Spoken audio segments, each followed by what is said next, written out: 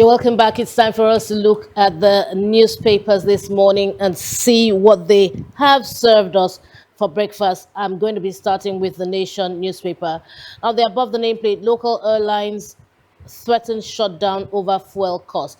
And honestly, this is expected. In fact, long overdue, if you ask me. I'm not, supporting a shutdown. I'm not supporting a strike. I'm not supporting a protest. But with the Middle East crisis, you can expect anything, especially when it comes to petrol, fuel, diesel, and all the petroleum products. Dangote, Pope, Trump, now what's this? Xi Xi Jinping. Jinping, and others among Time's 100 most influential people. Well, congratulations, Nigeria, if you ask me. Dangote is there and he's proudly representing us out there. He's just keeping the flag flying. And we are so proud, that we always have a Nigerian out there who's doing something very great. So, irrespective of what the world thinks, we can, comfortably and, very proudly say that Nigeria is a country that is great, and we have not reached our greatest potentials yet. The best is yet to come. I believe that Nigeria will still be great, irrespective of what we see. So I'm talking by faith, substance of things not seen and evidence of things hoped for. All right. I know you're looking at me. Okay, you don't agree with me, do I you? do. I mean, the last thing you want to lose is hope and faith. Faith. And but when they come to sell you those hopes, you need to be careful what you're asking for, whether renewed or delayed. Just be very careful. But I mean, if anything at all, I have to just keep being hopeful. Okay, so still on the Nation newspaper, we have fallen Brigadier General and Captain, 6 other soldiers buried with full honors. I wish we were saying promoted, and leading a battalion or whatever. What do they call it? Leading a team, leading a group. I wish we were talking in the affirmative. I wish we were talking in the positive.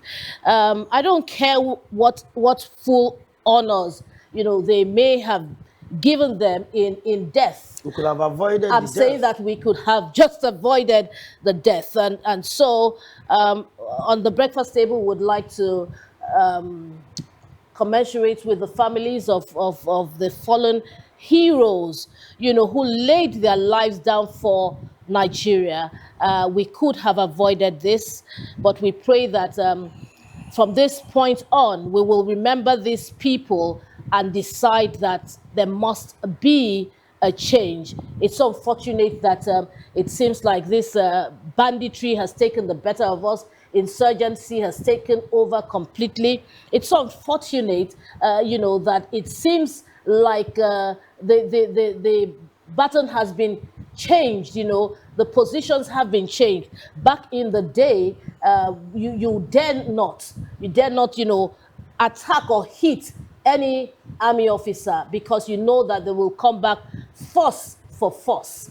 Unfortunately, even the one attempt that they made, a house is already divided against itself. The governor is saying, oh, he was aware and it was well deserved. And some people And they're are planning giving relief relief materials for them. to the victims, who obviously, if they are relieved, they will come back even stronger. It's unfortunate. I don't know what it is, but it seems to me that Nigeria is gradually, taking the horse away from the front and putting it behind the cart, such that the cart will start to pull the horse. Unfortunately, that can never happen. But I must say that our priorities are really very wrong.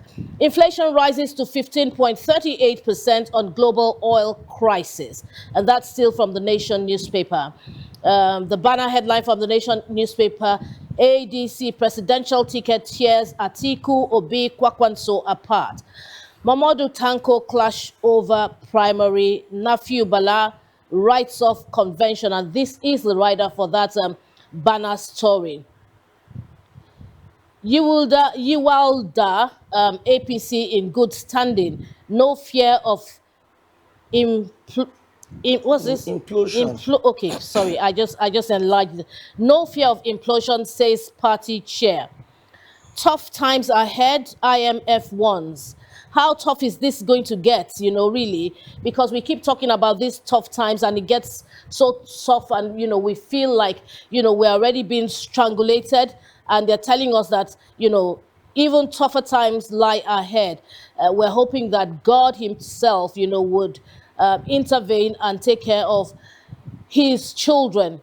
Oil prices volatility rather to worsen over supply gaps, urges Nigeria to build fiscal shields over oil wins. That's the Nation newspaper, but we have just one more story, and that's the bottom strip.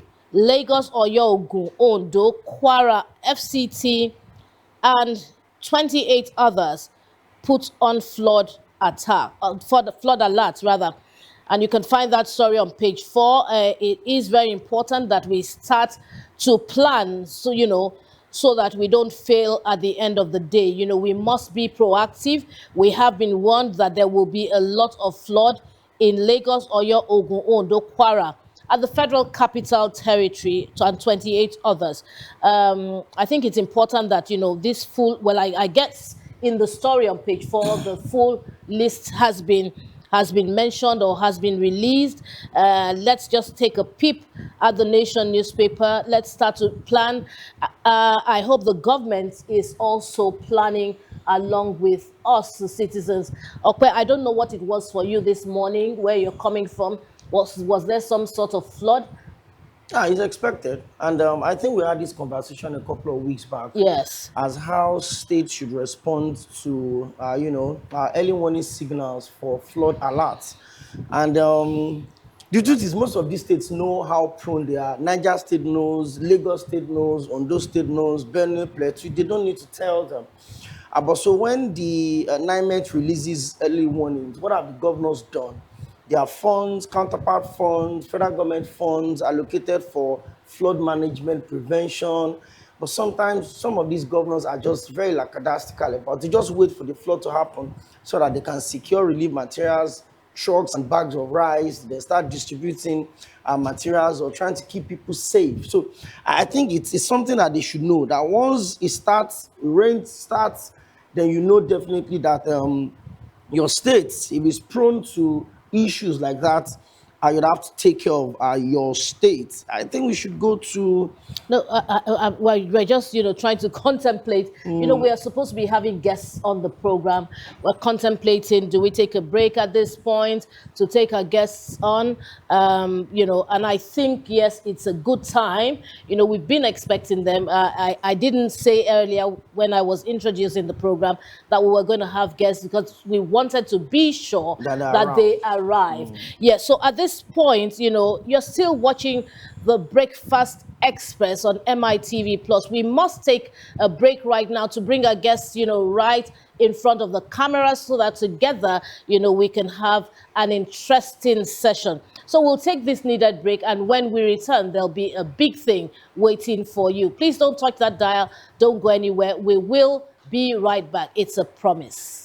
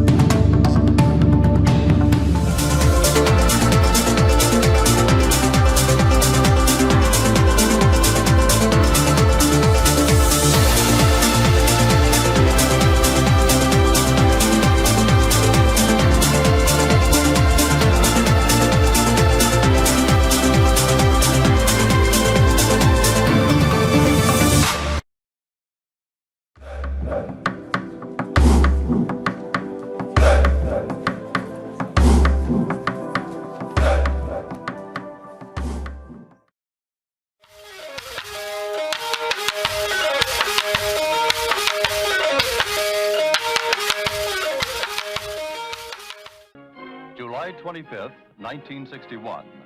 America is waiting for the arrival in Washington of the Prime Minister of the Federation of Nigeria, Alhaji Sir Abubakar Tafawa Balewa.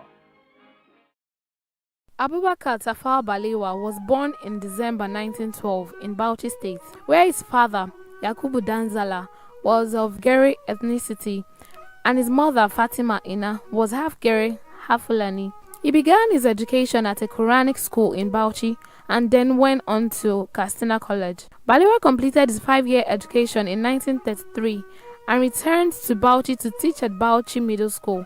He taught at the school and rose to become the school headmaster in 1941. Balewa was elected Vice President of Northern People's Congress (NPC) and subsequently resigned his post as headmaster of Bauchi Middle School in 1951. Under the McPherson Constitution of 1951, Balewa was among those nominated in Lagos to become a minister. Balewa entered the government in 1952 as Minister of Works and later served as Minister of Transport. In 1957, he was elected Chief Minister, forming a coalition government between the Northern People's Congress (NPC) and National Council of Nigeria and Cameroon's (NCNC), led by Nnamdi Azikiwe. He retained the post as Prime Minister when Nigeria gained independence in 1960 and was re-elected in 1964. Between 1960 and 1963, he was also Foreign Minister. I wish to make our position plain beyond any matter of doubt as regards the African continent. We in Nigeria appreciate the advantages which the size of our country and of its population give us, but we have absolutely no aggressive intentions. We shall never impose ourselves upon any other country and shall treat every African territory, big or small, as our equal, because we honestly feel that it is only on that basis of equality that peace can be maintained in our continent. Sir Abubakar Tafawa Balewa was also the first Prime Minister of Nigeria before and after Nigerian independence from Great Britain in 1960. In January 1960, he was knighted by Her Majesty Queen Elizabeth II as a Knight Commander of the Order of the British Empire. He was awarded an honorary doctorate from the University of Sheffield in May 1960. He was also awarded an honorary doctorate of law from the New York University in July 1961. Balewa was married to 4 women who bore him 19 children. He was described as modest and self-efficacious. His many official decisions while in the office were taken at the farm where he vacationed when he wanted to relax. He was overthrown in a military coup in January 15, 1966, as were many other leaders, including his old companion Ahmadu Bello. The circumstances of his death still remain unresolved. At his death, his major assets included his house in Bauchi and a 50-acre farm. Today, his portrait adorns the 5 naira note. The Abubakar Tafawa Balewa University, founded in 1980 in Bauchi, is named in his honor. Without doubt, Nigeria's history will be totally incomplete without mentioning such a great man as Sir Abubakar Tafawa Balewa. We hear the world crying out for peace. We may receive the inspiration to deal with these intractable problems and be able really to devote all our resources to the advancement of mankind by applying those eternal truths which will inevitably persist long after we ourselves are utterly forgotten. Thank you, Mr. President.